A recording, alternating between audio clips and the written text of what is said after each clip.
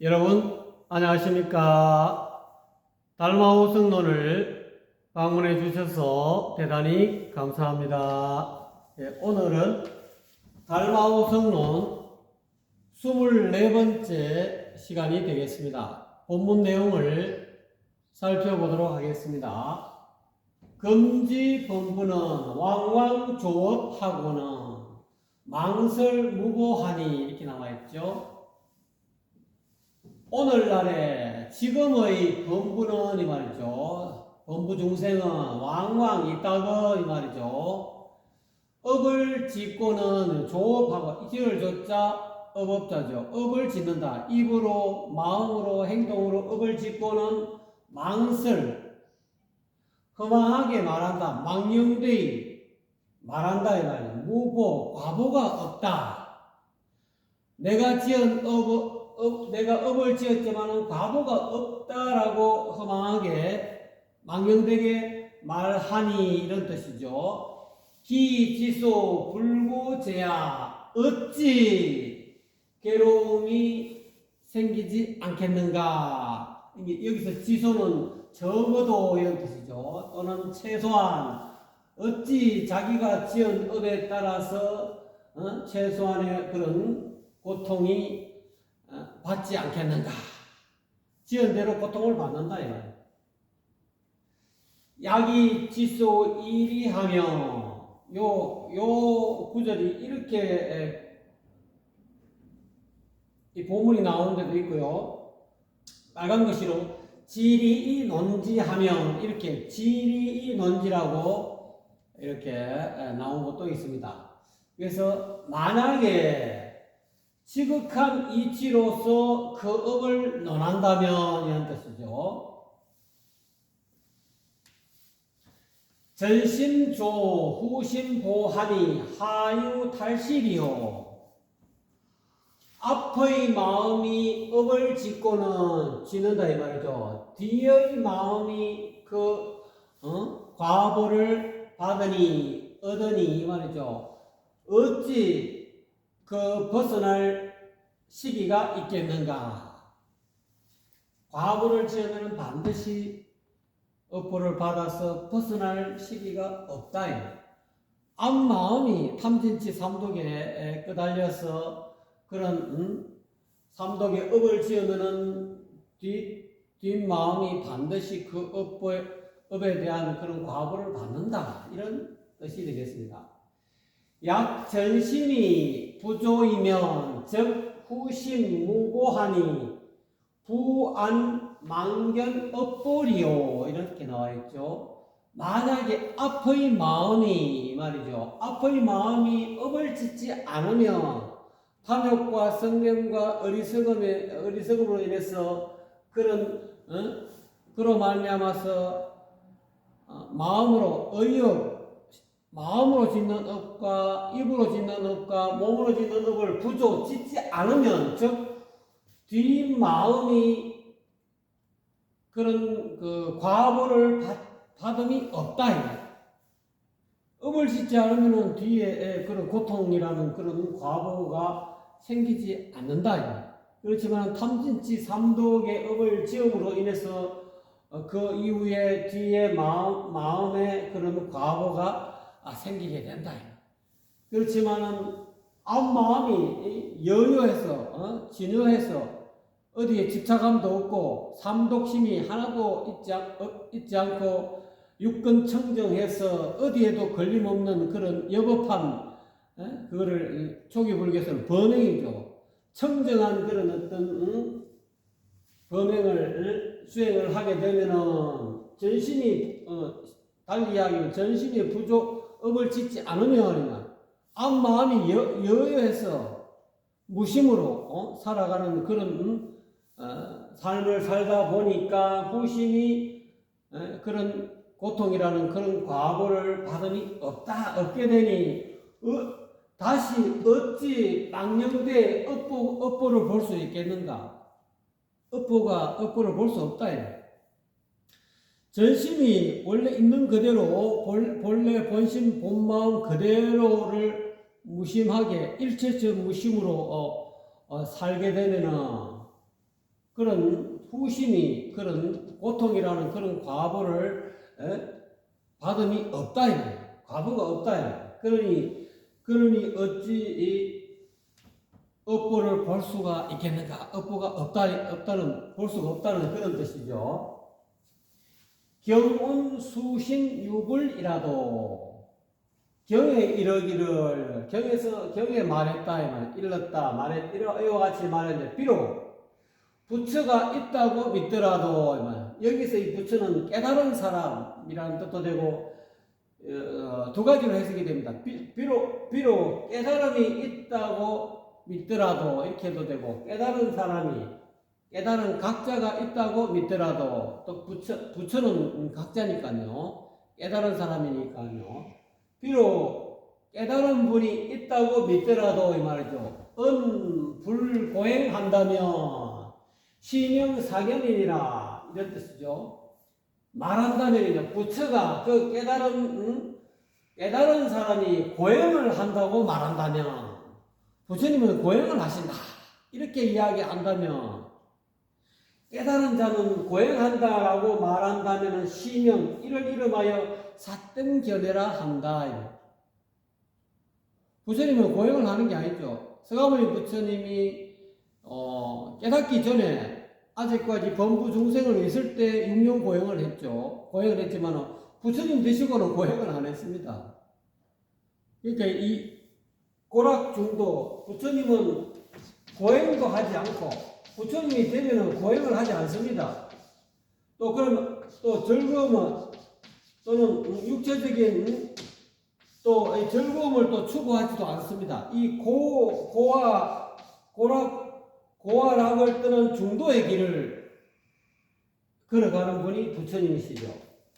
그래서 고락중도다. 부처님은 깨닫기 전에는 고행도 하고 또는 육체적 어떤 그런 욕망의 탐닉도 해보고 뭐 그럴 수도 있죠. 깨닫기 전에는 이것이 깨달음의 길인가, 저것이 깨달음의 길인가, 고행하는 것이 육신을 괴롭혀가지고 나체 수행을 하고 가시밭길을 걷고 막 이렇게 몸을 괴롭혀야 해탈할 수 있다고 그 당시에 부처님 당시에 그렇게 믿는 사람들이 있었기 때문에 그 당시에는 부처님은 완벽하게 깨닫지 못했기 때문에 고행의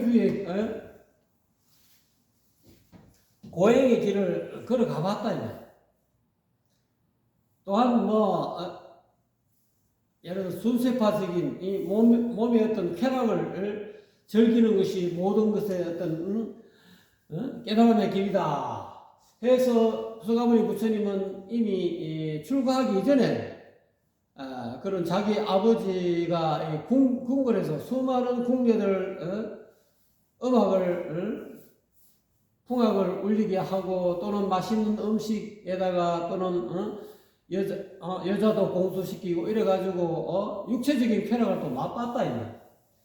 그렇게 부처님이 되기 이전에는 즐거움도 맛보고 괴로움도 다 맛봤다. 그런데 이미 부처가 되셨으면 부처는 고행을 한다고 말하면은 이건 사견이라는 거예요. 이미 부처님이 되셨으면은 그 부처님은 중도의 길을 걸어가시기 때문에 고행을 하는 것이 아니다. 부처가 고행을 한다라고 말하는 건 사견이다. 자, 그리고 수신유굴이라도 은불이 금장 마맥지 보한다면 시명신 불구족이라 하고 시명일천제라 하니라 이렇게 나와 있죠. 비록 부처가 있다고 깨달은 사람이 있다고 믿더라도 이 말이죠. 부처가 금장 이거는 뭐냐면은 쇠막대기라는 거예요. 또는 쇠막대기의 어떤 고통을 받거나 또는 말이 먹는 먹이를 보리를 마맥이라고 합니다. 말이 먹는 먹이 음식을 마맥이라고 합니다. 마맥을 공양받는 그런 과보가 있다고 말한다면 이런 뜻이죠. 그러면 이것은 곧 믿음이 갖춰지지 않는 것이라 하고 또 일천재라 한다. 성분이 끊어져서 성불할 수 없는 그런 구제불능인 사람을 일천재라고 합니다. 일천재라고 이름한다. 자, 그럼 여기서 이 내용을 한번, 이 검장만액이 무엇인가? 이 검장은 쇠검자, 쇠막대기 됩니다. 이 장은 쇠막대기 또는 창이라는 뜻도 됩니다. 쇠로 만든 창 또는 쇠막대기. 서가모니 부처님이 과거세에 그 설화에 의하면은 그 옛날에 부처님이 되기 이전에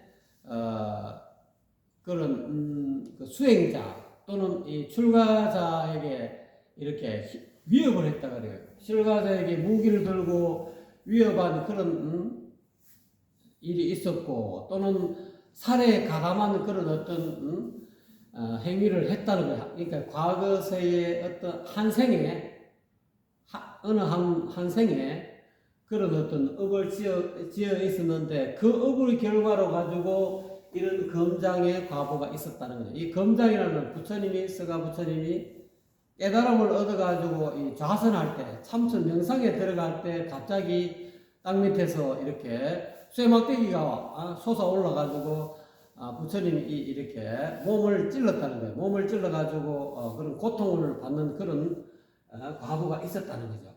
그러니까 그걸 검장의 과보라는 거예요. 검장. 쇠막대기 또는 쇠창이 부처님의 명상 도중에 이렇게 땅에서 솟아 올라가지고 몸을 찔렀다. 그래서 그 고통을 느끼는 그런 과보를 얻었다. 그래서 이 검장이라는 거예요. 마맥이라는 것은 이 말먹이가 보통 주로 이 보리로 하는 것 같습니다. 과거세에 서가모니 부처님 과거세에 그런 어느 마을에 살 때 기근에 시달리는 사람에게 과거세에 어떤 이렇게 굶주림에 시달리는 사람에게 제대로 된 음식을 주지 않고 말에게 주는 거친 음식만, 거친 먹이만 준 그런 설화가 있었다 그럽니다. 그러니까 이 굶주림 아무래도 모르겠습니다. 그때 상세한 내막을 모르겠는데 어쨌든 과거세에 이렇게 굶주린 사람에게 제대로 먹을 수 있는 것을 음식을 주지 못하고 그런 가축이나 말에게 주는 그런 거친 먹이만 준 그런 원인이 있었다 그래요. 그 결과로 부처님과 부처님 제자가 한 마을에 들어갔을 때 그 지역에 흉년이 들어가지고 사람이 먹을 수 있는 그런 음식이 없었다 그래요. 그래서 말에게 먹이는 그런 말먹이 보리만 있어가지고 그 말먹이 보리만 공양 받아가지고 그거를 아무 불평 없이 받아서 말먹이죠. 말먹이 보리만 드셨다는 그런 어떤 과보가 있었다 그럽니다. 그래서 이와 같이 검장의 고통이라든지 말먹이를 먹는 그런 그것도 그 당시에는 뭐 흉년이 들어가지고 아무것도 먹을 것이 없는데 그것도 감지덕지하게 먹으셨죠. 근데 이런 것도 이것을 그런 마맥의 공양을 받는 그런 과거가 있다 이 말이죠. 그러니까 이제 요거는 뭐냐면 비록 부처에 대한 믿음이 있다 하더라도 이 말이죠. 부처에 대한 믿음이 있다 하더라도 부처가 검장에 쇠막대기에 고통을 받는 쇠막대기가 올라와서 명상 중에 몸을 이렇게 찌르는 그런 고통을 받는 과거가 있고 또는 어느 지역에 갔을 때 음식도 제대로 공양 못 받고 말먹이 보리를 공양 받아갖고 먹는 그런 과보가 있었다라고 과보를 받은 있었다고 말한다면 이것은 믿음이 갖추어지지 못했다. 부처님에 대한 그런 믿음이 갖추어지지 못했다. 부처님도 이러한 과보를 받는다. 고통도 받고 또는 제대로 된 음식도 못 먹는 그런 과보가 있다. 과거생에 그와 같이 그런 제대로 된 음식을 못 준 그런 업보로서 이런 과보를 받고 또 이렇게 수행자를 무기를 들고 겁박한 그런 과보를 가지고 이 검장이 쇠꼬챙이가 땅 밑에서 솟아올라 가지고 몸을 찔러 가지고 고통을 받았다는 그런 과보가 있다라는 그런 말을 한다면 이런 사람은 믿음이 갖춰지지 못한다. 부처에 대한 믿음이 갖춰지지 못한 것이다. 이렇게 설명하네. 이거 조금 이해하기, 납득하기 좀 어려운 면이 좀 있습니다. 모든 어떤 간에 인과라는 것은 부처님이 되기 이전에 지은 업이죠. 과거에. 부처님이 되기 이전에 그렇게 수행자들에게 무기를 들고 겁박하는 그런 과거서의 어느 한 생에 그렇게 했는 그런 업으로서의 결과로서 이렇게 검장이 솟아올랐는 그런 업이 그런 보락하면 가품이락하면 그렇게 되는 것이고 또는 만액도 그렇게 돼갖고 부처님도 이러한 과보를 받는다라고 말을 한다면 부처님 되기 이전에 그런 업을 지어서 부처님 된 이후에 받은 거죠. 근데 부처님이 되고는 그런 무기를 들고 협박을 한다든지 안 그러면은 사람도 못 먹는 그런 가축들 음식을 주는 그런 어떤 행위를 하지 않았지 않습니까? 그러니까 부처님이 되신 이후에는 그런 업을 짓지 않았는데 부처님 되시기 이전에 과거에 지었던 그런 행위의 결과로서 금장의 고통이라든지 안 그러면 만액의 어떤 공양을 받는 그런 과보가 있다라고 이렇게 부처님도 그런 과보를 받는다라고 한다면 이것은 믿음이 부족되지 못한 것이다. 부처님에 대한 믿음이 부족한 것이다. 그런데 이게 여기에서 이거를 요 말을 조금 더 디테일하게 이해하시려고 하면 부처님이라는 이 부처에 대한 그 개념 정리가 되어야 됩니다. 아무래도 이 달마 대사께서는 여기서 이야기하고 이 부처를 우리 육신 사람의 몸 형상을 한 이 몸을 사람의 몸의 형상을 한 그런 어떤 형상이 하는 그런 대상이 있죠. 그거를 지금 부처라고 규정하는 그 같지는 않아요. 실질적으로 우리가 이 강의를 들어서 아시겠지만 부처라는 것은 깨달은 중생이 부처고 중생은 미혹한 부처가 중생이라고 하지 않습니까? 이 부처와 중생의 이 구별은 결국은 깨달았느냐 미혹하느냐의 이 구분에 따라서 부처가 되기도 하고 중생이 되기도 한다. 실질적으로 제가 만약에 여러분이 보는 제 이 몸이 제가 만약에 깨닫지 못했다면 제 이 몸은 중생이라고 이야기하겠죠. 아이 저 중생 봐라. 저 중생이 말을 하네? 이렇게 되겠죠. 근데 만약에 제가 한순간 깨달았다 이 말입니다. 그러면은 이 몸은 중생이 됐다가 갑자기 부처가 되었겠죠. 그러면은 여러분 부처라고 말하고 중생이라고 말하는 기준이 무엇이냐? 이 몸, 육체 이 자체는 어떻게 보면은 부처도 아니고 중생도 아니에요.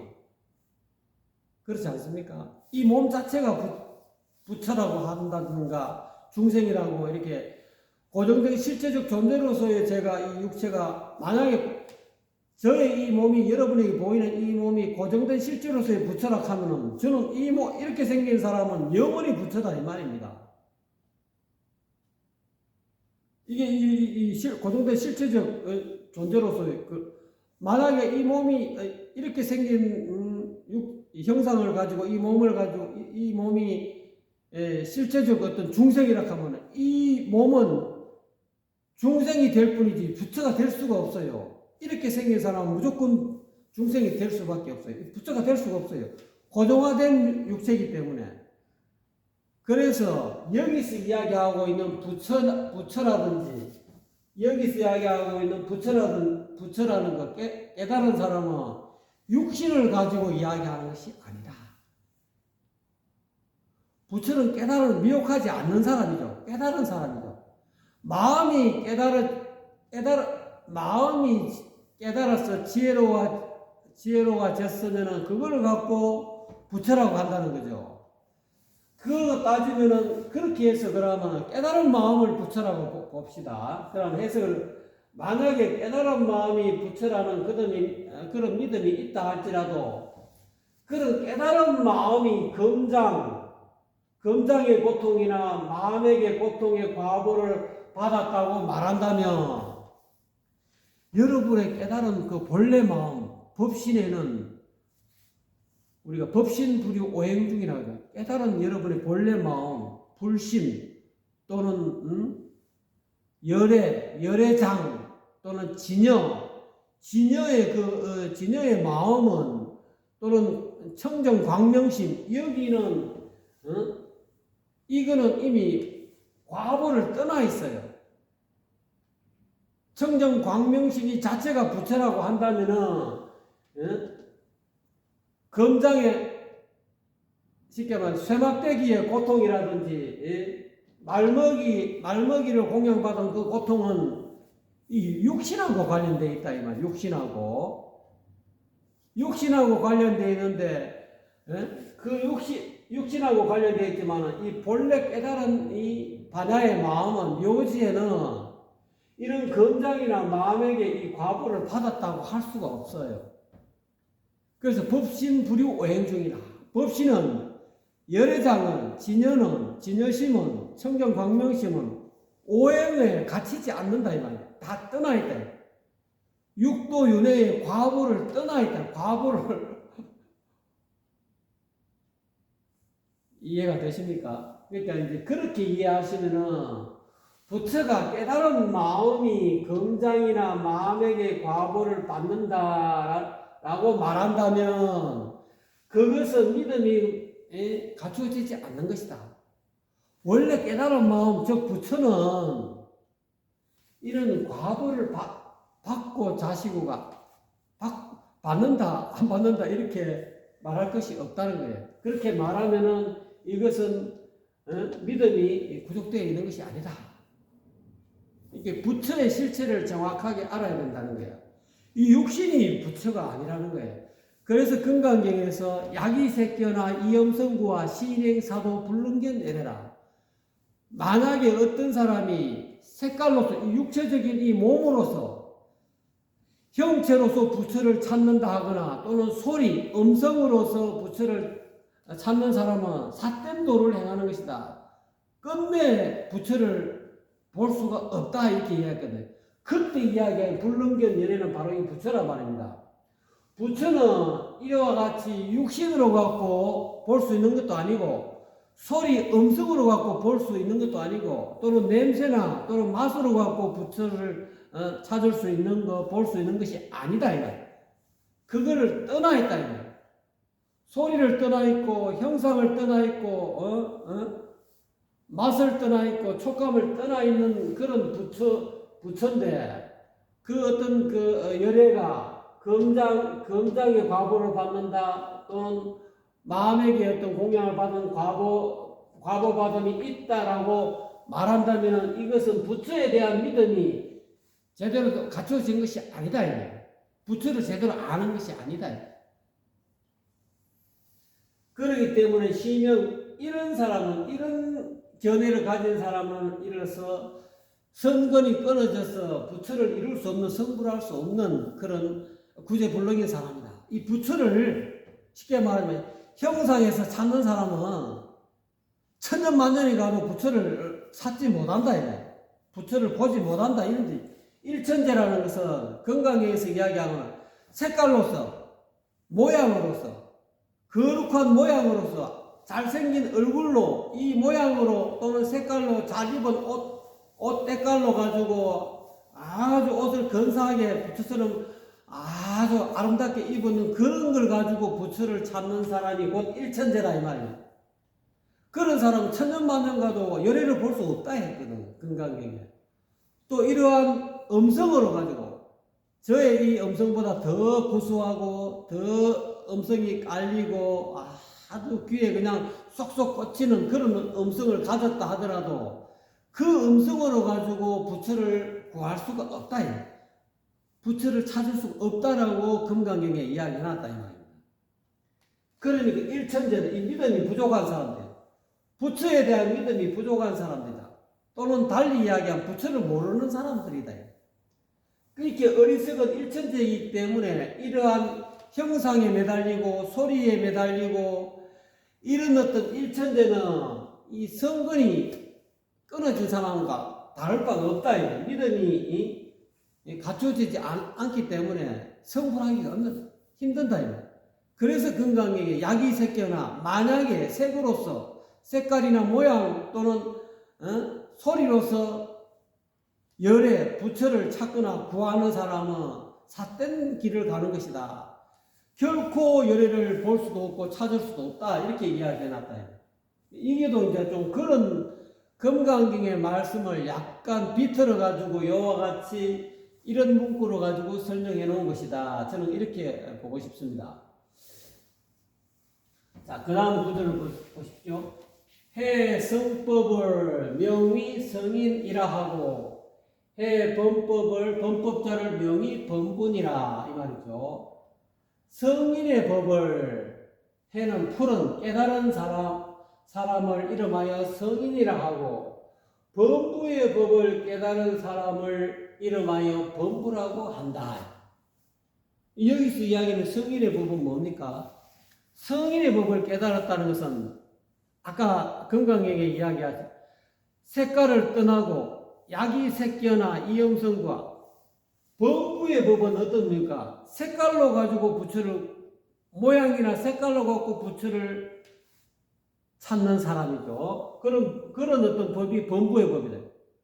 어떻게 아름답게 그려갖고 막 우리가 그림을 그리고 화가가 진짜 얼굴 부처님처럼 얼굴을 막 아름답게 색칠하고 진짜 거룩하게 그려놓은 그런 어떤 형상이나 색깔 속에서 부처를 구하는 사람이 그런 법이 범부의 법이다.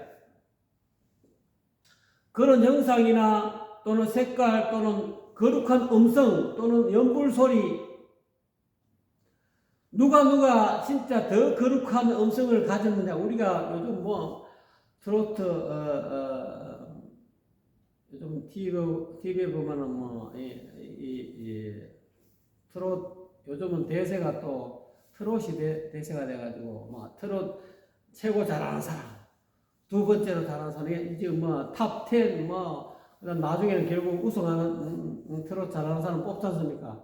그 수많은 트롯의 음악을 노래를 하는 사람 중에서 제일 잘하는 사람, 진짜 트로트의 어떤 최정상을 달리는 사람이 1등이다. 그런 어떤 사고방식을 가졌다. 그와 같이 트로트 음성이든 뭐 안 그러면은 또 R&B든 안 그러면 뭐 팝송이든 안 그러면 뭐 여러 가지 다른 음악이든 레게 음악이든 어떤 음악이든 그런 음악 소리로 가지고 제일 잘하는 사람을 쉽게 말하자면 이 사람은 음악의 성인이다. 음악의 부처다. 이와 같이 범부의 법을 깨달은 사람을 범부라 한다. 그런 사람들은 성인이 될 수가 없어요. 여기는 성인은 이 소리와 성색을 떠나 있는 그런 경지에 가 있는 사람을 성인이라 한다. 범부는 그런 소리와 색깔 또는 모양을 가지고 추구하는 그런 그것 중에서 최고 잘난 모양 또는 최고 훌륭한 소리 그걸 가지고 그걸 깨달아 가지고 이 최고 높은 경지에 가봤자 내나 범부다 이 말이에요. 아무리 잘생기고 아무리 이 거룩한 목소리를 가지고 연불 목소리가 대단하고 진짜 강의하는 그런 슬퍼가는 말이 진짜 귀에 콕콕 꽂히고 감동이 막 밀려오고 음악 소리도 마찬가지죠. 트롯 음악이든지 안 그러면 어떤 음악이든지 판소리든지 진짜 기가 막히게 하면 막 감동이 밀려오잖아요. 야, 저 사람은 진짜 저렇게 목소리를 잘 내니까 저 양반은 음악의 성인이다. 근데 실질로 그런 성인이 될 수 없다는 거예요. 그냥 범부일 뿐, 소리 잘하는, 음악 잘하는 범부일 뿐이다. 또는 그림 잘 그리는 화가일 뿐이다. 범부일 뿐이다. 범부 화가일 뿐이다는 거예요. 근데 성인의 법은 그것이 아니다는 거죠. 소리를 떠나고, 음성을 떠나고, 모양을 떠나고 색깔을 떠나 있는 그 법을 깨달은 사람이 곧 성인이라는 거예요. 성인과 범부의 차이가 금강경에는 그와 같이 이야기해 놓은 거다. 그래서 여기서도 그렇게 이해하시면 될 것 같아요. 성인의 법을 깨달은 사람을 일러 성인이라 하고 범부의 법을 깨달은 사람을 일러 범부라 한다. 범부 중에서 최고 높은 범부가 되겠죠. 만약에 음악 잘하고 그림 잘 그리는 사람들은. 그런데 이제 우리 범부의 세계에서는 뭐 악성이다, 음악의 성인이다, 또는 화성이다, 그림 잘 그리는 화가 그림의 성인이다 이렇게 표현할 뿐이지. 알고 보면 부처님의 세계에서 달마대사님이 바라보는 세계에서는 그냥 범부일 뿐이다. 소리를 떠나야 돼. 형색을 떠나야 된다. 그림을 떠나고 모양을 떠나야 성인의 법을 깨달은 사람이다. 이렇게 표현하는 거죠. 그래서 단능사 범법시 성법이라면 즉 범부성 성인의니라 이렇게 나와있죠. 다만 능이 범부의 법을 버리고 성인의 법으로 나아간다면 곧 범부가 성인을 이루게 된다. 이해하시겠습니까? 네. 그래서 세간 우인은 단욕 원구 성인할 뿐 불신 해해지신 위성인이 아니라 이 결론이 이렇게 나와 있습니다. 이 최종 결론.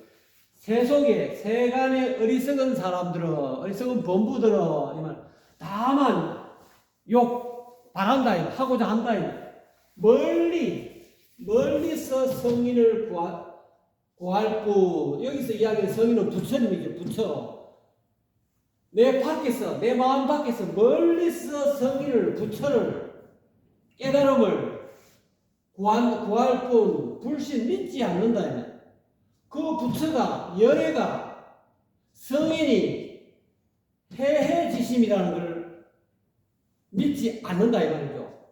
묘지를 깨달은 마음 이것이 곧 성인이라는 것을 믿지 않는다 이 말이죠. 여기서 해해지심이라는 것은 깨달아서 지혜로운 마음 이렇게 해석할 수도 있고 묘지를 깨달은 마음이라고 될 수도 있고 안 그러면 지혜를 밝혀서 늘 알아차리는 그런 마음이라고 할 수 있죠. 달리 이야기하면 본래 마음 또는 열애장 또는 진영 청정광명심 이런 것을 뜻하는 거죠. 묘지혜 묘한 지혜를 깨달은 마음이 곧 성인이라는 것 그것이 곧 부처라는 것을 믿지 않는다. 그러면 여기 이 구절하고 서로 상통하죠. 여기서 이야기하고 있는 성인은 부처니까요. 부처의 다른 말이 성스러운 사람, 깨달은 사람. 여기서 부처가 나와있죠. 부처는 곧 지혜를 육바라밀을 실천하는 사람. 육바라밀 가운데 보시지계 인욕 정진선정 지혜를 바라밀을 실천해서 그거를 늘 깨달은 그 마음이다.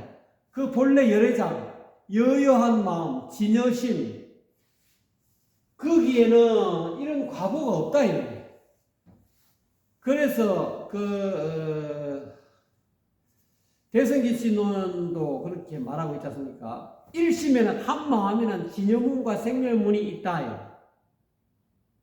이 진여문 이 자체는 이 진여문을 깨달게 되면은 이 진여문의 어떤 경지에 있는 그런 부처는 이런 검장 마음의 그런 과보가 있다라고 말하는 것은 진여심을 모르는 사람이에요. 그래서 그거를 떠나 성색을 소리와 그런 형상을 떠나 있는 그런 진여의 참된 마음, 마음 없는 마음, 무심지심 또는 적자지심 또는 한 물건도 없는 마음, 본래 무일무의 그 마음, 그를 열애장이다 또는 불성이다, 참나다 또 이렇게 표현하고 있죠. 그래서 오늘은 이 달마 오성론 24번째 시간에는 이거를 부처가 무엇인가, 성인이 무엇인가를 제대로 깨달아서 성색을 떠나 있는 소리와 형상을 떠나 있는 이 부처를 해해지심을 제대로 깨달아라. 그거를 밝혀라. 해해지심이 곧 성인이니까 성인이요 부처라는 것을 확인하게 알아라. 해해지심을 밝히면은 범행일이 불수후유가 된다. 깨끗한 행위, 범행이 이미 다 확립이 되어 있고, 그로 인해 가지고 늘 있는 본래 있는 그런 어떤 본래 무일물의 그 마음 또는 일체적 무심의 이 마음을 쓰고 살면은